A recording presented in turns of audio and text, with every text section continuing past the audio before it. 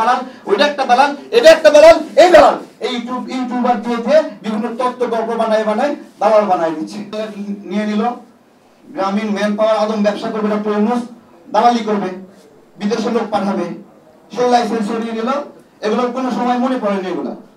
এগুলো যখন কখন ঐক্যের কথা বলে, যখন আমরা টান দিছি এগুলো কেন করছে তখন বলছে ঐক্য লাগবে, ঐক্য লাগবে।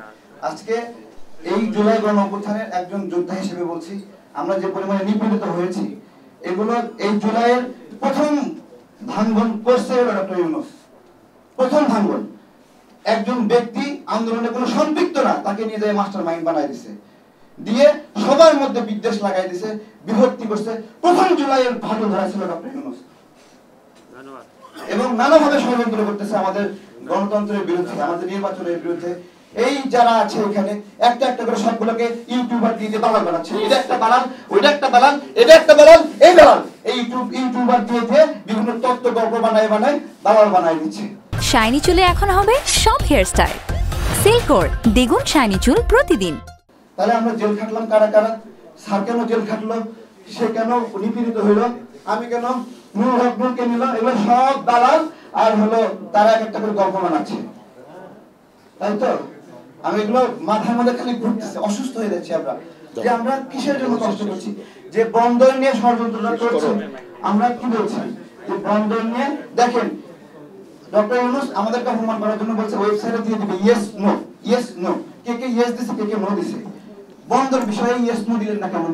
আগে থেকে চুক্তি করে রাখছেন, এখন ইয়েস নো লাগবে না?